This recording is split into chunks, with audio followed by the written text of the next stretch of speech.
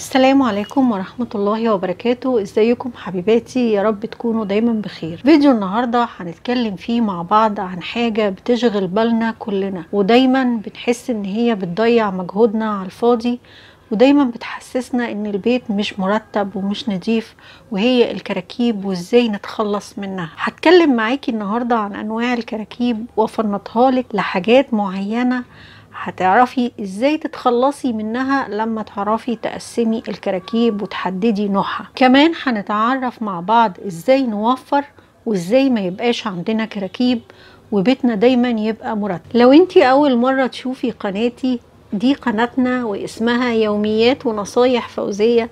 يا ريت تنوريني وتشرفيني باشتراكك من الزرار اللي تحت الفيديو ايا كان لونه عندك، وتفعلي رمز الجرس للكل علشان دايما يوصلك كل الجديد اللي بنزله، واكتبيلي في التعليقات انك جديدة علشان ارحب بيكي. اهلا وسهلا بكل الناس الجديدة اللي بتشترك عندي، وربنا يخليكم الناس اللي دايما واقفة في ظهري ومشتركة معايا ومشجعاني باللايك. ما تحرمش منكم ابدا ومن تعليقاتكم الجميلة. مين فينا بيتها مش عايزاه يبقى مرتب وينضف من اقل مجهود وما تلاقيش فيه اي كراكيب والدنيا تبقى ماشية زي الفل؟ علشان نعرف نتخلص من الكراكيب لازم الاول نحدد نوعها.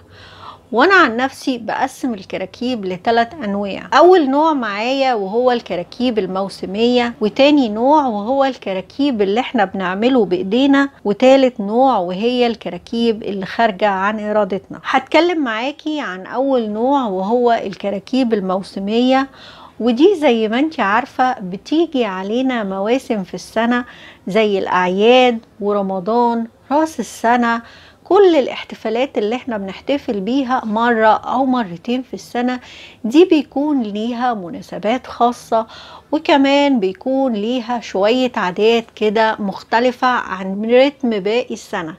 زي ايه؟ زي مثلا لما بنيجي في العيد وبنعمل الكحك بيكون ليه ادوات ما بنستخدمهاش غير واحنا بنعمل الكحك. كمان في رمضان بنشتري حاجات اكتر من اللي بنشتريها كل سنة، وبنشتري منظمات كده وعلب بنبقى عايزين نحط فيها البندق واللوز او السوداني او اي حاجة انت بتشتريها زيادة، عناب، تمر هندي، شفاشق للعصير زيادة، كوبايات زيادة. احيانا في ناس كتير مننا بتحب تشتري طبق وكوبايات وصواني، وكمان زينة لرمضان والعيد والراس السنة. كل الحاجات دي بتبقى بعد المناسبة ما بتخلص عندنا كراكيب. بعد كده كل ده بيبقى كراكيب وعبء علينا جوه المطبخ. فرش السراير الجديد اللي بنفرشه على العيد وما بنستعملوش غير في العيد بس، بيسحم الدولاب، اللبس للعيد بس. يعني بصي حاجات زي كده كتير. عايزين نتفق ان الحاجات دي بتستخدم في المناسبات بس كل ما اجي انضف الدولاب او انضف المطبخ او انضف الشقة او اشيل الستاير، الحاجات دي بتبقى موجودة بتلخبطني وبتكركب عليا كتير. تعالي نتفق ان احنا نعمل لها مكان محدد. يعني لو ادوات المطبخ، لو مطبخك كتير ممكن تعملي لها ضلفة في المطبخ تحطيهم فيه، والضلفة دي تتقفل عليهم ما تتفتحش غير في المناسبات. طب لو مطبخك صغير يا ستي اعملي ضلفة من ضلف النيش اللي تحت اللي مقفولة اللي مش عليها ازاز لو كان عندك. طب لو ما عندكيش لا ده ولا ده، ممكن كرتونة وتقفليها وتحطيها تحت السرير وما تطلعهاش غير في المناسبات بس. بكده هتبقي اتخلصتي من عبء الحاجات دي اللي موجودة عندك وزحمالك الدنيا طول السنة ومش بتستخدميها غير في المناسبات بس. تعالوا بقى نتكلم عن الكراكيب اللي احنا بنعملها بايدينا، ودي زي ايه؟ زي الحاجات الكتير اللي من البرطمانات اللي بنشتريها ونشيلها عندنا علشان نعمل اعادة تدوير واحنا ما بنعملش اعادة تدوير. الهدوم اللي ضيقت علينا عشان احنا تخنا ولكن كنا بنحبها ومستنيينها لما نخس علشان نرجع نلبسها تاني. المنظمات اللي كل ما نشوف منظمات ولا نتفرج على فيديو فيه منظمات نجري نجيبها، وفي النهاية حتى المنظمات دي بتتحول وتبقى كراكيب عندنا. وحاجات كتير زي كده. المفروشات الزيادة عن حاجتنا، اللبس الزيادة عن حاجتنا، كل الحاجات دي، الاكسسوارات الزيادة عن حاجتك اللي انتي نسيتيها اصلا وما بقيتيش تلبسيها. عايزاكي تعرفي ان انتي البرطمانات والازايز والحاجات دي كلها مادام انتي ركنتيها عندك سنة كاملة وما عدتيش اعادة تدويرها، مش هتعيدي اعادة تدويرها. احنا عمالين نشتري الحاجات الجاهزة ونتفرج عليها ونعملها. البرطمانات دي في حد ذاتها عبء على ميزانيتك، لان اغلب المنتجات دي بتبقى منزلة منتجاتها في كيس وفي برطمان. الكيس طبعا بيبقى سعره اقل، هو بيبقى كيس محكم بس بيبقى سعره اقل من البرطمان. انت لو عندك منظم ومش محتاجة وبتيجي تفضي البرطمان في المنظم او بتيجي تفضي الحاجة اللي انت اشتريتيها في المنظم، مش لازم تشتري البرطمان، لان الشركة بتحملك ثمن البرطمان. لو قارنتي بين سعر الاتنين هتعرفي ان في فرق، وفرق كبير كمان. انا عن نفسي اغلب الحاجات اللي بلاقيها فيها اكياس بشتري الكياس وبرجع افضيها في المنظمات اللي عندي او في برطماناتها القديمه اللي كانت موجوده عندي. البرطمان بعد ما خلص بغسله وبنشفه كويس، بجيب الحاجه بفضيها فيه، يبقى كده انا مش محتاجه اشتري البرطمان تاني او اشتري حتى منظم جديد ويكلف ميزانيتي فلوس. الهدوم اللي احنا بنركنها طلعيها لله، لان حتى لو خسيتي يعني موضتها هتكون بطلت، هتكوني خلاص ما بقيتيش عايزه تلبسيها، عايزه تلبسي حاجه جديده. الاكسسوارات اللي خلاص لبستيها مره واتنين وتلاته وزهقتي منها ورحتي اشتريتي حاجه جديده، اديها لواحده تانية تفرح بيها وتلبسها. على فكره الحاجه اللي بتروح دي هي اللي بتفضل موجوده لينا في الاخره، لان احنا دايما عملنا ده للاخره. فالحاجات اللي احنا بنستهلكها دي خلاص استهلكت وراحت، الحاجات اللي راكنينها دي خلاص احنا فقدينها. لكن الحاجات اللي بنديها لحد تاني يفرح بيها ويستفيد بيها، ثوابها هو اللي بيرجع لنا. كتب الولاد القديمة اللي ممكن يرجعوا يبصوا فيها على حاجة تاني، خلاص النت ما بقاش سايب حاجة، كل حاجة موجودة على النت. لو محتاجين معلومة او حاجة قديمة هيرجعوا يشوفوها من على النت، او المدرس بتاع السنة الجديدة هيقولها لهم.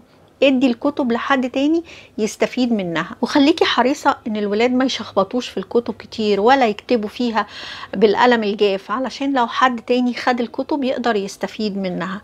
لازم كلنا نساعد بعض ونقف جنب بعض، خصوصا في الظروف دي، الى جانب ان هي هتوفر عليكي مساحة كبيرة قوي.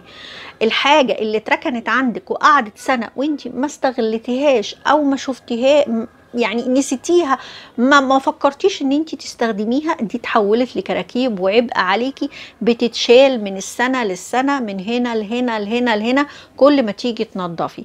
لكن انتي مش بتستخدميها تاني، لان بتطلع حاجات جديدة تانية بننبهر بيها وبنشتريها. ما تشتريش الحاجة الا لما تفكري كويس انتي محتاجاها ولا لا. وخصوصا في موسم التخفيضات بنروح نشتري ونتدبس في حاجات وبعد كده نرجع نقول يا خساره يا ريتني ما اشتريتها. اغلب الشركات والبراندات بتطلع الحاجات اللي مركونه عندها اللي ملهاش سوق قوي وبتبيعها في التخفيضات. ما تجريش ورا التخفيضات وتشتري الا ان كانت الحاجه فعلا مناسبه ليكي، علشان ما ترجعيش تقولي يا خساره يا ريتني ما اشتريت دي، كان ممكن اشتري الحاجه دي لان ما بقاش معايا الفلوس تقضي. انتوا فاهميني؟ حاولي تفكري كويس قوي قبل ما تشتري الحاجة، سواء كانت هدوم، منظمات، دولاب، شنطة، اي حاجة هتشتريها فكري كويس الاول انتي محتاجة الحاجة دي، هتقدري تستغليها، عايزاها لايه، تناسبك، تناسب وضعك، تناسب شكلك، تناسب حياتك ولا لا. احيانا بنشتري حاجات كتير وبنكون شايفينها حلوة، بس لما نيجي احنا نلبسها ما بتكونش مناسبة لجسمنا، ما بتكونش مناسبة لعاداتنا. فلازم نفكر كويس قبل ما نشتري. تالت حاجة، ودي بقى الكراكيب اللي خارجة عن ارادتنا، اللي بمعنى ان بتعملها سلطات اعلى مننا، وانتوا فاهمين قصدي. يعني احيانا بيكون الزوج بيحب يشتري حاجات، بيحب يركن حاجات، يقولك يمكن تنفع يمكن كده، عايزاكي تفضي يعني او تنظمي البيت بحيث ان الحاجه دي يكون ليها مكان محدد. المكان ده تغمضي عينك عنه وتركني الحاجات فيه، بس بحيث ان المكان ده وانت مغمضه عينك عنه يكون في سكه الرايح واللي جاي اللي عامل الكراكيب دي، يعني يضايقه بمعنى اصح. هو بنفسه هيتضايق ويبطل يعمل الكراكيب. احنا عيبنا ان احنا حتى كراكيبه بنبقى عايزين نخبيها، فهو ما بيبقاش واخد باله ان هي كراكيب، ما بيبقاش واخد باله ان هي شيء مزعج ولا بيضايق. لا، حطيها وبينيها بالنسبه له ان هي شيء مزعج وغمضي عينيكي عنه.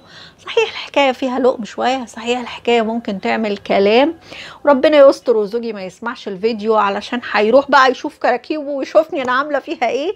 كمان من حين لاخر لما الكراكيب تتركن يعني مده كده طويله وهو ينسى اصلا هي كان في ايه هنا، يا ستي طلعيها اديها لحد تاني يستفيد منها.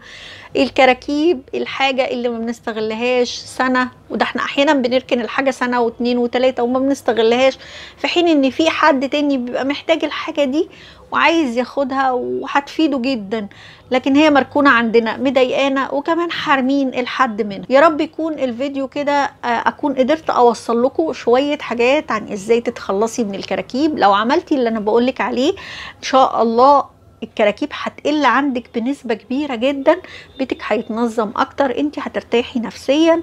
يا رب الفيديو يكون عجبكم، يا رب تكونوا استفدتوا منه. ما تنسيش تشتركي من الزرار الاحمر او ايا كان لونه عندك، ان شاء الله يوصلك كل جديد. اكتبي لي في التعليقات عندك انهي نوع من الكراكيب. ما تنسيش اللايك دعما منك لاختك، والسلام عليكم ورحمة الله وبركاته.